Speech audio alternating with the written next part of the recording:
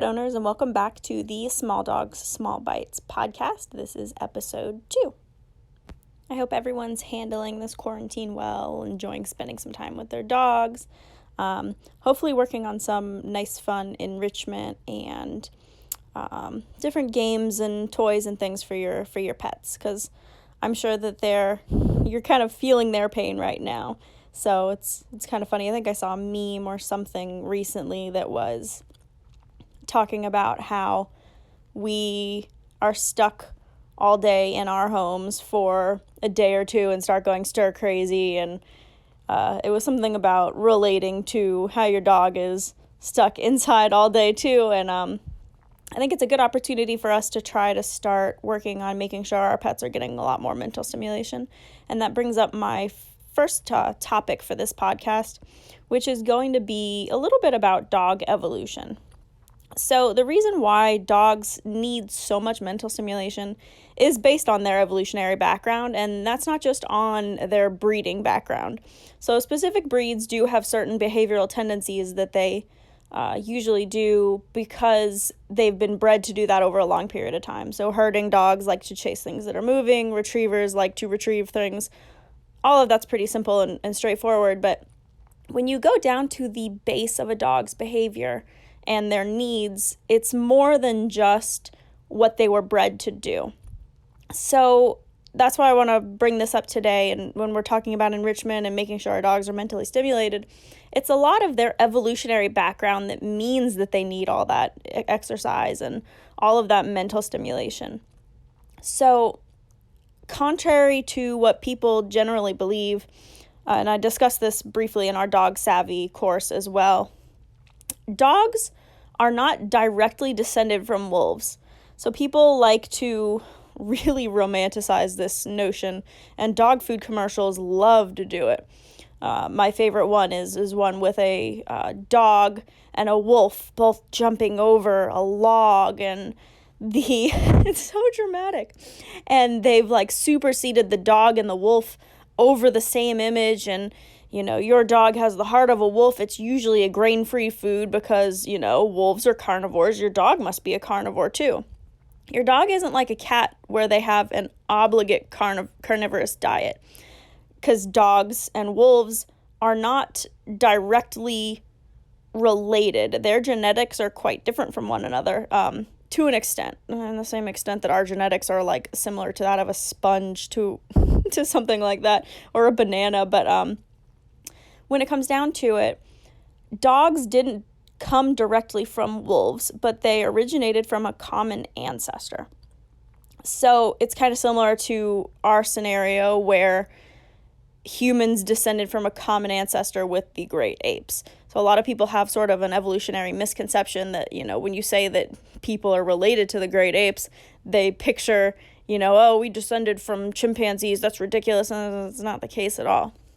And the same with dogs and wolves. So dogs and wolves we didn't go and catch wolf puppies and raise them and then breed them and turn them into our dogs. It's not quite how that happened. So a common ancestor of dogs and wolves extended back when we started creating civilizations. So this wolf dog ancestor was around when people stopped hunting and gathering and started staying in one place. And the main important part of that is when people started staying in one place, they created these consistent food sources in a given area. Now, when you have a consistent food source in a given area, animals are going to take advantage of that. Now, the interesting part of this is humans directly influenced wolves and dogs as ancestors by their presence. So human presence is not something that many animals can tolerate. That's why some of our more pesky urban animals like raccoons and opossums and rats, people generally don't like them very much, but they thrive in that area because there's not as much competition, because most animals don't want to be near people. People are loud, people have fire and smoke, and animals don't like that area, those types of stimulus. So we had this new food source, which was basically our garbage.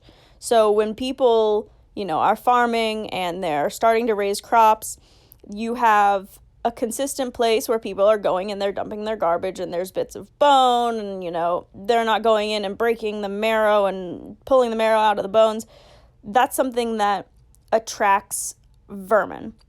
So on top of the small bits of food that might still be available, the parts of a carcass that people might not use, you have the rats and the mice that are attracted to that as well, which is also another food source.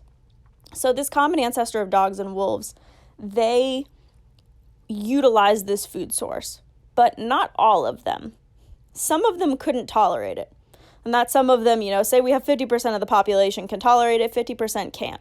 So the half that can't tolerate it kind of drifts away from the other half of that population, and that is where they split genetically. So the populations that are utilizing human food sources and staying near humans, they aren't really interbreeding with the population that is living out in the wilderness and all of that. So what happens is they begin to diverge genetically, and that's where they evolve into two different species of animals.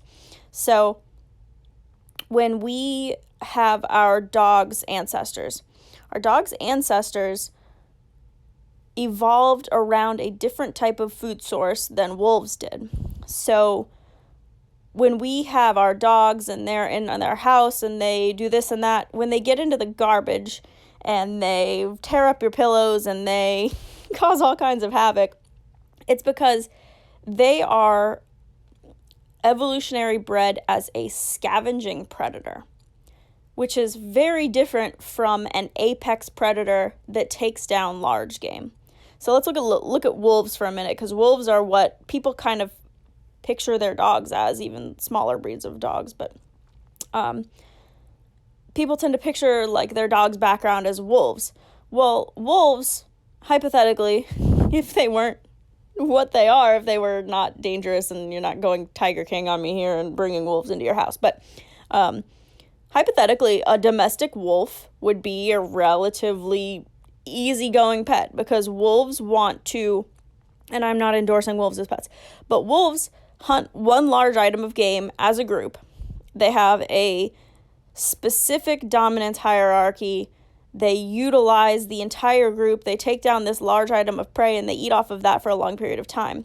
Because they have to expend so much energy trying to catch that food, what happens is when they're not hunting, they are conserving energy. You see the same thing with a lot of other large apex predators like lions and tigers.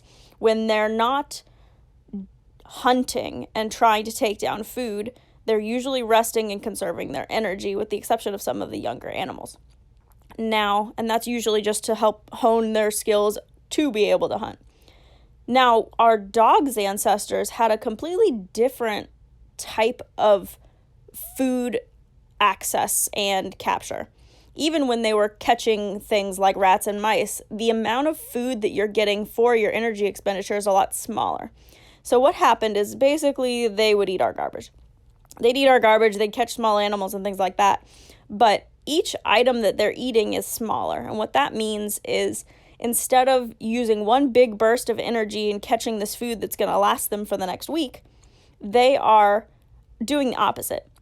They're not trying to conserve energy, because if they conserve energy, the food that they find isn't going to be enough to sustain them until they find the next item of food.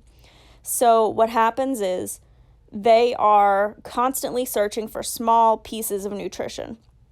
They are moving around and finding a little bit of scrap here and a little bit of scrap there and chewing a bone in half here and catching a mouse here.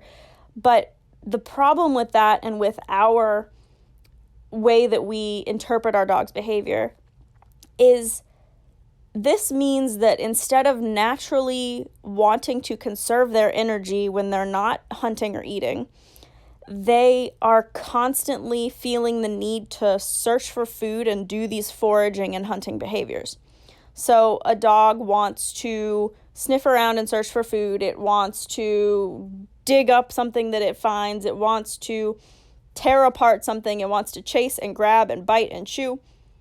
All of those things that it really, really wants to do. But it wants to do that constantly, especially while they're younger too.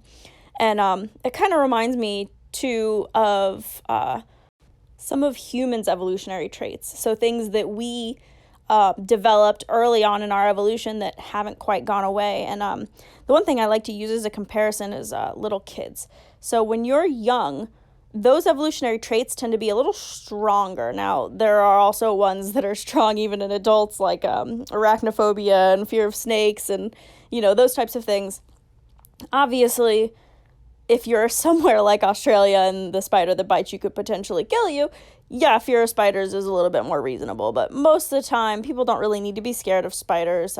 They don't need to be dreadfully afraid of them like some of the phobias do. But the one I like to use as an example is the fear of the dark.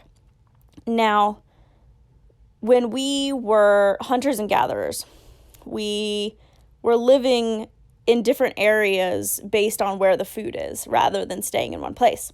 So if you are a human and you have human-grade eyesight and you're wandering around in the dark, one of two things is going to happen. One thing that might happen is you could potentially fall off a cliff.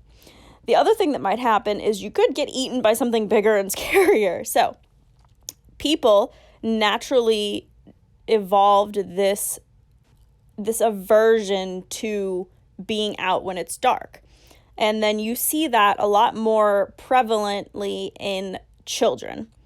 It's not that it's because they are kids, it's because it's in their evolution, but they kind of slowly grow out of it. And the same thing sometimes happens with dogs too. So if you have a serious issue and a phobia of something, it can stay there when they're older, or if somebody experiences something that really, really screws with their psyche, that can cause them to either develop a phobia or continue being fearful of something that is an evolutionary basis, but that they usually would grow out of. That can sometimes happen. The same thing happens with dogs, but sometimes they grow out of them and sometimes they don't. That's why you tend to see some of your older dogs kind of mellow out and grow into the scenario where they're not trying to chew on everything. They're not knocking over your garbage every day. And then there are some dogs that don't. There are some dogs that have much higher intelligence than other dogs, and they need way more mental stimulation to keep them preoccupied, even when they're 12 years old. So the important part of that is understanding their need to do things is intrinsic and impulsive. It's not bored. It is bored, but it's not. It's not simply them being bored because they haven't done enough today. It's them needing more stimulation on the level of what it is that they're doing. So you can have something where you take your dog out for a walk 5 times in a day, but if they're not getting their brain stimulated, or if they're not using some of those natural instincts that they feel like they need to be using to survive, it's not as satisfying for them. As weird as it is to say, I hate to anthropomorphize, but that's something that you have to use there. It's not as satisfying for them. So you tend to see this a lot in specific breed types as well. So certain breeds like to do certain behaviors more than others. So retrievers like to retrieve. If you are doing mentally stimulating activities with a retrieving breed or with a herding breed, they're going to be more interested in behaviors that let them chase things. They like to chase things. They want to chase things. So if they get to chase things, they're more likely to be satiated afterwards. Whereas a breed that is only going on a walk and sniffing things periodically might not be as satiated by that as something like a beagle who is bred to sniff things and, track things and trail. They might be more stimulated by going on their, several walks a day, but they're still going to need more of that stimulation. And that's where the volume of the stimulation comes from too. Evolutionarily, they need more volume because they feel like they need to be doing it constantly. And that's why I like to recommend people just kind of understanding a little more of what their dogs need. And when you're doing things with your dog, focusing on working on things that actually work their brain. So if you're going on a walk you take a slightly different route and your dog will be smelling things slightly different than they're used to. Or you go to a different place if you're taking them out and taking them to the park.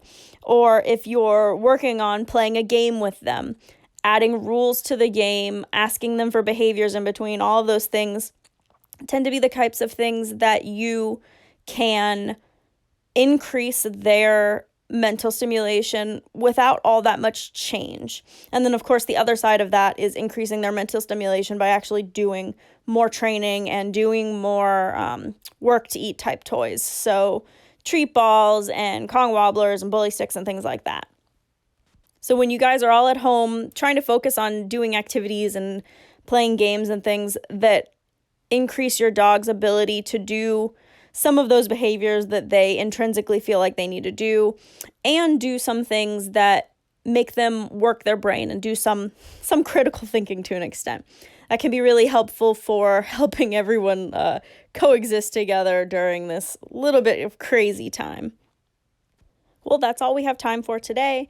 If you are a dog club member, make sure that you go into our Ask the Trainer forum and submit topics you'd like to hear more about, and you can also submit Q&A questions for things that you'd like me to answer after our podcasts as well. Thanks for listening.